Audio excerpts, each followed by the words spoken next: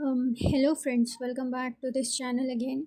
In today's video, we are going to learn how to create a calendar from scratch. We will understand what is the logic behind creating a calendar, and we will build this calendar using React.js. So in today's video, you're gonna be learning about React basic concepts like use state, use callback, and components. These are the basic things that you will clearly understand how you can use it while building up your small projects. How to store your logic information in React component, use states, how to manage states in a React. You will understand through this project, like when we start to build a calendar. So a calendar, I took an example of this calendar because it is a bit logical. So you have, first you need to construct a logic, then you need to jump, then you can jump into writing a code, and that will give you a solid foundation for you to start with the React. And you must watch this entire video because it will be really helpful if you are a React beginner, or if you wanted to understand how use state, use callback, and React component works in practical. So this is the let me just tell you, first part of the video will be, I'll be explaining you everything about the basic foundation, how we are going to construct a calendar, what is the logic behind it, and how you should be thinking before jumping into writing a code for any of your project. What will be the solid foundation for you to begin any project. So this in the first part of this video, we're going to be learning about this, how we will be learning how this calendar is getting constructed, and this is the graph that I've created, and in the second part we will be writing our code. So let's start. As you can see, I have created a basic layout of a calendar, like you usually will be seeing a default calendar layout in your machine, like in your PC you will be seeing it over here if you have a Windows, and the same thing you will be seeing if you have a Linux or any of the Linux distros. Okay, perfect. The next thing, as this is the default layout which is being followed everywhere wherever you see a calendar, which irrespective whether it is a physical calendar or it is a digital calendar, all are using the same and standard format. And we will see how, what is the logic behind it, and how we can define how many number of cells that we need in a calendar, what are the elements that are critical for a calendar to have, and we will see each one of them one by one. The first thing, as you can see, let me start with the very beginning. This is the number. This is the November 2025. We have, this is going to be in, I'm going to show you this in a, let me just show you an actual example of that. This was one of the project that I was building in for myself. So in which I came across creating a calendar from scratch. So I thought to share this idea with you as well. Let me open this link in a new tab. Yeah, the final output will be something like this, like this kind of a calendar you will be seeing on the screen. Sunday, Monday, Tuesday, these are the days names that we will be having in a first row, and the rest of the cells we will be representing the days in that particular month. So this is the final UI that we are going to build at the end of the video. Let me just show you the basic idea behind it, how we can construct a logic. At the very first top, we will be showing the current month and the current year with two action buttons. These two action buttons will be help the user to navigate through the month. If they click on this previous button, they will get navigated to the previous month. If they click on this next button, they will get navigated to the next month. And it will happen like if they click on this second button, it will goes up to the December month 2025. Again, if they click, and it will change the month to January, and automatically the year will get changed to 2026. We need to take care of that as well while creating a logic, while adding an action handler for these two buttons. We need to maintain that logic as well. Now the first row is going to be fixed, as you can see, as this is the standard way. Each month has multiple weeks, but each week has 7 days. So this is standard, and this is followed for a long time, and we need to follow the same. Like we need to represent a calendar by weeks. Like the first row is having 7 columns, 1 2 3 4 5 6 7, as you can see. And the first column is Sunday, Monday, Tuesday, Wednesday, until up to Saturday. As all the default calendar, as I said, they follow the same standard. They start the calendar with a Sunday and until up to Saturday. Perfect. Now first let's start with considering a particular month. As of today's, well, I'm making a video. Today is November 2025. Let me just consider, this is the default month I'm taking. Whenever you see a calendar, when you open it, it will open with the default date and with the default month and the default year, means the current date and the current year. So we have to follow the same. We have to start our calendar with the default month and with the default year. Okay, yeah. The first, this is the fixed. We have 7 columns. The columns are fixed. But now we need to decide how many rows that we require in a calendar. Like when we are building a logic, we need to represent all these boxes, right, in the UI. That then we need to decide how many cells that we require. To decide that, there is a logic behind it. The logic is, for example, consider in the month of November how many days we have. November month, number of days of this month, number of days. So basically in the month of November we have 30 days. So this is the case of November. But if you see the any other month, like if I go back October, in the month of October we have 31 days, and the maximum days that we have in a month is 31, and the minimum days that we have in a month is approx 28 in the month of February, right? 20 is, and max is 31. So we will go with the maximum cells. We can decide that we can keep 31 cells in this grid area. We can keep 31. I mean, to make it a rectangular, or we can say a square, we can keep it as a maximum we are considering as a 31 cells. If I set like November 1, November month is getting started with a Sunday.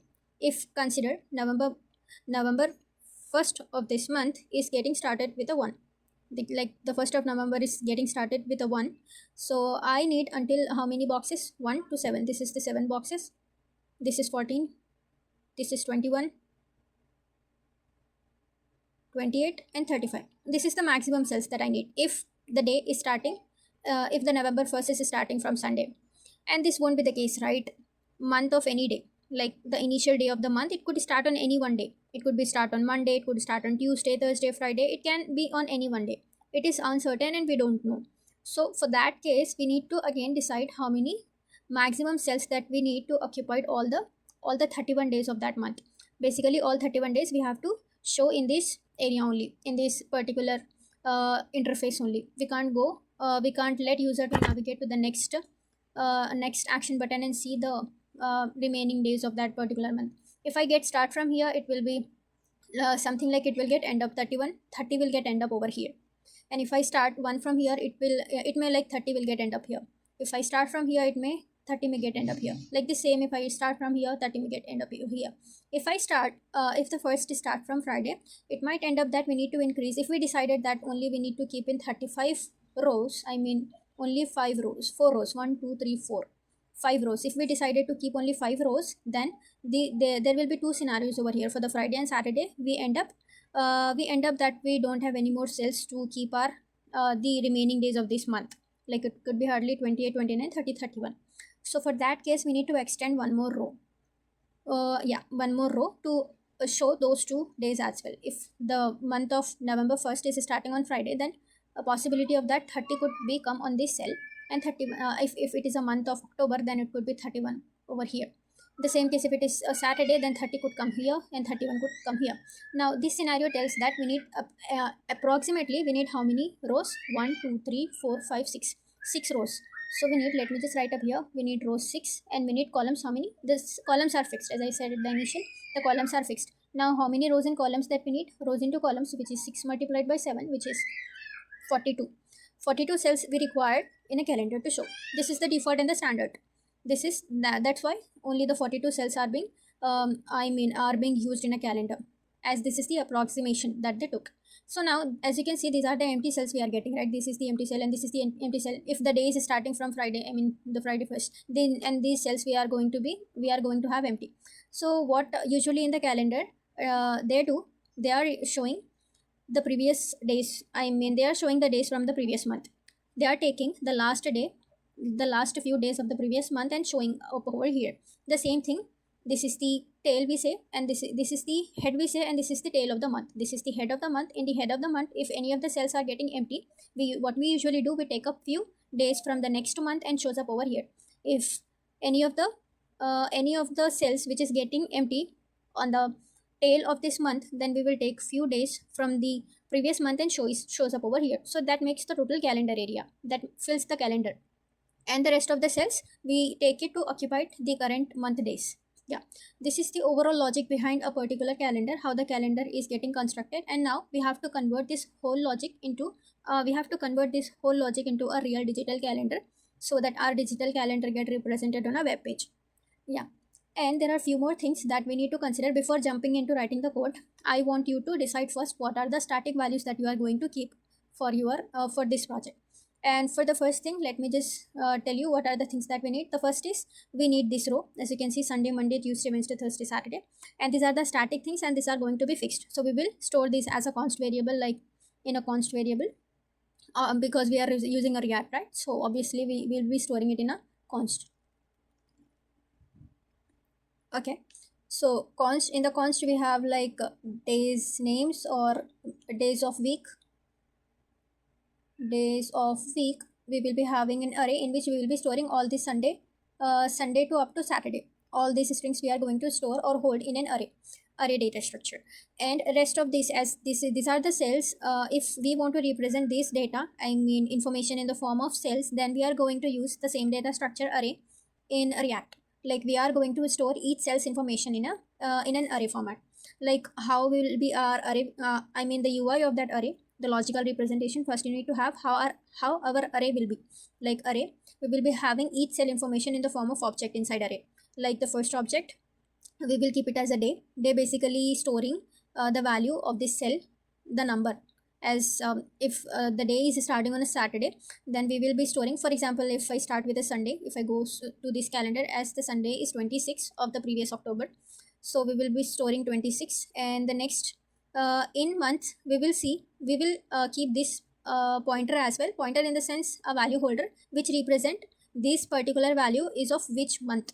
If it is a previous month, it is a current month, or it is going to be the month, it is going to be the value of a next month. This cell is representing the value of a next month or what.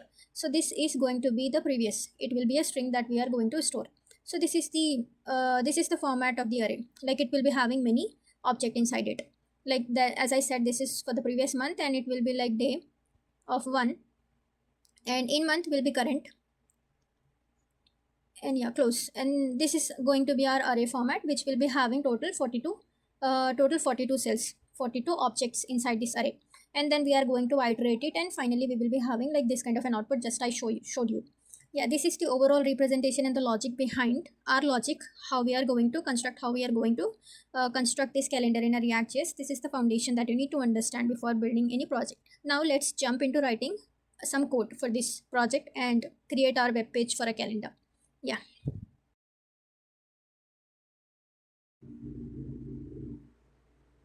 Now let me show you what are the libraries that I'm using to build a calendar. First is Tailwind CSS, a utility framework for adding a CSS for our calendar. I'm using this Tailwind CSS library. I have already set up a React project for myself, and if you want to set up a new React project, you can follow along this documentation guide and install a new one for you. Another library is the DateFNS library that I'm using. From this library, we could be able to it's really handy library that you can use to get the date in the format that you need, like the formatting purposes of the date. Basically we need the number of days in a month, and we need the current year and the current month, all those extraction from the date we need. So this DateFNS library is really helpful to extract all those values from the current date and current month. The next library that I'm using is this Lucid React icon library, basically to get the SVG icons from, I'm getting all the SVG icons from this React Lucid library. Okay, let me head over to my VS Code and show you. This is the default code snippet which I have written. This is the skeleton of a calendar, and here's the UI that I've made. Basically it is having an head section wherein I'm showing the current month and current year along with the 2-step back and forward buttons. And with the body, in the body I'm showing this calendar in a table format. If I run it and show you how exactly it looks like currently, let me just pause it and run it again. npm run dev. Open it in my browser. As you can see, this is the final, not the final UI, it's an initial UI. Basic skeleton which is static as of now. We will have to make it totally dynamic, the dynamic month and year, and we have to add a logic for these two button action handlers, back and forward action handlers, and we have to add our month numbers over here. We have to add that logic over here. Now let's go to the VS Code editor again and start writing our code. The very first thing, as you can see, the weekdays, I think I'm already rendering the weekdays via an array. I created an static const array element at the very top of this component weekdays. We are holding these values like Sunday, Monday, Tuesday up to Saturday. And this is the format that what we already see in the calendars, that this is the standard format that they followed, Sunday to Saturday. and I have kept the same format. Like Sunday I have kept it first and the last is Saturday. I'm rendering in the first t head, and the t row I'm rendering as those values. Now next we will add an action. We will add an handler for the set back action button. Here I have already added a comment so that it will be easy for you. If you want to write a logic for yourself, you can pause the video and write a logic, and if you get stuck at some place, you can continue and follow along the video. Now what we need to do, we have to first extract a month by decreasing it by 1. So we are storing the current month in this current month state. What we need to do, we have to update the state. To update the state, again call the method set current month. Inside that we have to add a calculation. We have to add a small math calculation over here. What I'm saying over here, like extract the month by decreasing it by 1. Like from the current month we need to extract it by 1 so that we could get the previous month, because we are performing a back action in the sense we are going to the previous month. So for that, current month minus 1, if that leads to, and there is one scenario over here. If I do, for example, consider I'm in a January in the sense January will return me. If I'm in the month of January basically have an index of 1. If I do 1 minus 1, that leads to 0, and there is no 0th index. There is no month which is at the 0th index. So I might end up with an error. So for that reason, current month minus 1, I need to check whether that leads to a 0. If it is leading to a 0, what I need to do, I just need to set the current month to 12. Basically we are telling that set the current month to 12th in the sense a December. And if it is not, then just do a normal math calculation, normal subtraction, current month minus 1. And here for the year, we need to add a logic for the year 2, condition check. If the month result is greater than is getting less than 1, set month to 12 and decrease year by 1, which we have already done for the month, and we need to update the state for the year 2.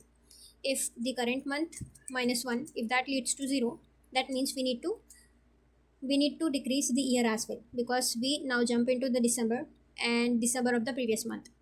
Set current year, and the value is current year minus 1. And this is the calculation, this is the action logic that we wrote for the step back, and we need to write the same action logic, not the same but the increasing in the increasing way. We need to add the step forward action logic over here. Again, increase a month by 1, set current month, and just normally do current month plus 1. Here again we need to check if the current month plus 1, if that leads to 13.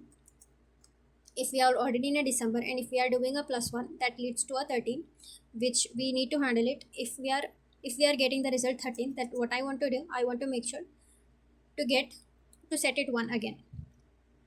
To set it 1, else do current month plus 1.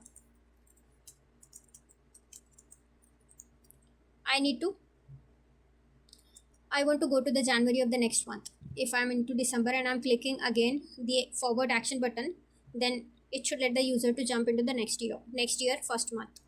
If again we need to check the logic for the year 2, if the current month plus 1, that leads to 13, then set current year, increase the current year by 1, current year plus 1. Now I will update the value over here with the formatted number and year, so that we will see what exactly whether our action buttons are working or not. Let me just replace this P with this format. Like we are using again a dateFNS format method, and in which we are passing a date object with the current year and the selected current month. Basically the date class needs month with 0th index. If I hover over it, as you can see the param month index, the month as a number between 0 and 11. Basically it follows 0th index, the month in terms of 0th index, but this dateFNS library doesn't follow that. It considered January as the first index and December as the 12th index. So that's why we are doing a subtraction and the first day of the month, and we want to extract the month and year from it. Month in the format of MMM, that's basically gives me the month name as a full name and year. If I save and head over to my browser and see the output, I'm seeing November 2025. If I do click, I can see October 2025. If I go back, I can see September 2025. I can do the same thing and I can jump into 2026. Perfect. It is working. Now let's write our next code, which is which is a use effect. Use effect is basically a side effect that we usually uh, React basically provide. It is a hook in React. Use effect is a hook that we can utilize to add our code. Basically, in use effect, we can write our logic based upon a specific condition. This code is going to run on a specific condition. For example, if you want to know or learn more about the use effect, you can head over to the react.dev website and can learn about it. For now, just to let you know, under use effect, we are going to write a core calendar logic. Whenever any action happen on these two buttons, like set back action and the set forward action, buttons got triggered. What we want this use effect to run. It is a dependency. It is having a dependency of on these two actions.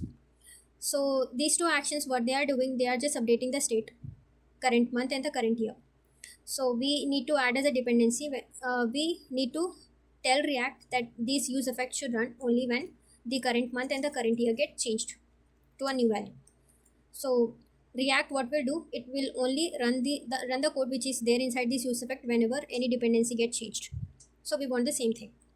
So inside the use effect, what we will do, first we will go step by step, get the current month and the date object. Okay, first we need to get the date object with the currently selected month and the currently selected year. Let me just write up a line over here. This is the date object that we need to construct. From this date object, now we get the date object. From this date object, what we need to do, again we need to use that datefns library and extract the number of days in selected month, and we need to get the first day of the selected month. Okay, const days in month, which is equals to, we already have a function which is there inside datefns library, and if you wanted to write that function logic from scratch by yourself, it is optional, you can write it, but I'm using this datefns library, so I'll be importing that method from it. Get days in month. This is the function which is available in the datefns library. I just need to pass in this date object. It automatically gives me the number of days which is available in that month. And if I wanted to get the first day of this month, first day of the month, it will give me that too. Const first day of month, which is equal to start of month. This is the method again which is available in datefns. You just need to pass in the date and call get day from it. Let me just show you exactly what values are coming over here. Let me enter and show days in months, and I think it is a const like, so I can't able to, I can do a console. Basically we have that these two declared inside a use effect, so it is not accessible outside. If I do console.log days in month comma first day of month, we need to check in which day the month is getting started, whether it is on Sunday, whether it is on Friday. So if we get that, then we can decide how many days that we need to take from the previous month. So that's why I'm getting this first day of the month. If I head over to my browser and see the output console, let me just do a refresh and see 30. So total 30 days are there in the month of November, and the first day which the November is getting started is on Saturday, which is 6. It basically returns an index 6. If it is a 6, then we can directly extract. As you can see, the 6th, 0, 1, 2, 3, 4, 5, 6. Okay. So 30 and the 6 is the value that we are receiving, that we are getting from this object. Days in a month 30, and first day of the month is 6. If I change the value and see what values we are getting for the month of October, if I do click this action button, as you can see 31, and it was getting started on 3 at third index, in the sense 0, 1, 2, 3 at Wednesday it was starting. If I go to my calendar and see the value of the October, yeah, it was getting started on Wednesday, 0, 1, 2, 3. Yeah, perfect, we are getting the values now. Now let me again go back to my VS Code editor and let's start writing the further code. Now the next thing that we need to get is the calculation of the previous month. Now we know that the current month when it is getting started. Now we need to get as it is now we can fill up the cells. These many cells we can fill up, but we need to fill these cells as well. For that we need to get the days from the previous month. Those calculations as well we need to add in over here. For that, let me just get up this set of code. You can follow along the same and write it in your editor. Let me explain you exactly what's happening over here. Const previous month, I just created a variable as a previous month, in which what we are doing, we are just getting the previous month number. If I do again, we are doing the same math calculation which what we were doing it over setback action. We need to do the same over here. So previous month, do the subtraction from the current month, like current month minus 1. If that leads to 0, again the previous month will obviously be the December 12. If it is not, then do the usual normal subtraction. And again we need to do the same thing for the previous year. If the current month minus 1, which leads to 0, then current year minus 1. If it is not, then the current year. Because basically if we are jumping into 12, I mean the current month, that leads to 0, again we are in a 12. So we just need to make a minus 1 to the current year. Otherwise we just need to stay in the current year only. And days in the previous month, we need to get the number of days was there in the previous month. And you can again you can use the same method, get days in month. We just need to pass in the date object with the previous month minus 1 as the date object, except month in terms of from 0th index. So that's why we are doing a subtraction by 1. We will get how many days are there in the previous month, and the number of days that we need to show from the number of previous days to show. Like the empty cells that what we have over here is how many? 1 2 3 4 5 6 cells. So basically the 6 value which we are getting it from this first day of the month. So this is the index that what we are getting. Until this index the cells are empty. So those cells value which we need to get it from the previous month. So we are holding this value, number of previous days to show, and the count we are taking it from the first day of month from this value, and this start previous month date, and from which date that we need to get those values. Like in the previous month, whether we need to get from the first day, like from 1 2 3, or from the last one, like from 30th, from 26 to 27 28 39, like that. So obviously if we are taking few days from the previous month, obviously we will be taking the last days from the month. So for that's why this calculation is there, days in previous month, whatever days that we were having, and the number of days to show plus 1. If we do that, and we will be getting, if I do console.log start date, will just give me the start day from where the previous days that we need to show. If it returns 26, then I will then in the down we will be writing in for loop. From 26 we will loop in until if the month is October, then we have a 31. We will loop it until 31. Again the next loop will continue from the current month. Okay, let's write that logic now. Now one more thing, the main core logic we are going to write. For that we need to have one more state, like cells. Now we need to construct a cell. We need to construct a cells array. So we need to have an array over here. We need to have an state and state of array that basically calls calendar cells. You can call it whatever you want, but I'm calling it as calendar cells. Basically this state is going to hold arrays of object. As I told you in the first demonstration, that our calendar will going to have an array of object. So for that reason I created this state, and this calendar cell is an interface that we are telling the TypeScript that it will be going to have a fixed type. Like the calendar set, it will be going to have a day and in month to object with these types. Okay, now each array we will be having this set of elements like day and month. Now the next thing, we need to continue adding a logic after this. What I will do, I will keep an empty array like an updated cell with a name and updated cell. Basically we need to iterate over this. I will name it as updated cells, updated calendar cells, which is going to have a type. I mean each cell will be again having a same type. The interface that we created, calendar cells, an array of the calendar cells object type. Now we need to write the logic. The first for loop we will be having is for the previous month. Let me just copy and paste this snippet over here.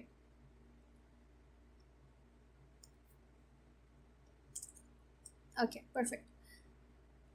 Updated calendar cell, we have a name. Okay, as you can see, what we are doing, we are filling the tail cells from the previous month. We extracted the number of days that we need from the previous month, and under this variable, what we need to do, we need to initialize our array. I mean, the I will be holding a value of this. For example, if the previous month, the start day of the previous month that we are taking is 26, then I will be having a 26 until how many days? The days in the previous month what we have. I is less than equal to days, the number of days that we have in the previous month, those many cells it will fill, and I plus. And we just pushing this object into this array, the updated calendar cells array, the temporary array that we created. The day is having a current ith value, and in month basically we are indicating that whatever value that we are inserting, an object that we are inserting is of the previous month, and fill in the current month days. So current month, basically the value of this cell will start from first. So that's why I kept it as a 1. I is equal to 1, and I is less than the days in month that what we extracted at initially over here, and I plus plus. Normally it will iterate through all the number of days that we have in the current month and push all those values as an object into this updated calendar cells array. At the final, fill in the head cells from the next month. From the next month, and here there is no more logic, that there is no complex logic. What we need to do over here is just we need to check how many remaining cells that we have in the updated calendar cells array. So total cells that what we get from the calculation is 42, as I showed you in the initial demonstration, that rows into columns, that was giving us total 42 cells. So total cells that we have is 42. So here's the subtraction that I'm doing. 42 minus updated calendar cells dot length.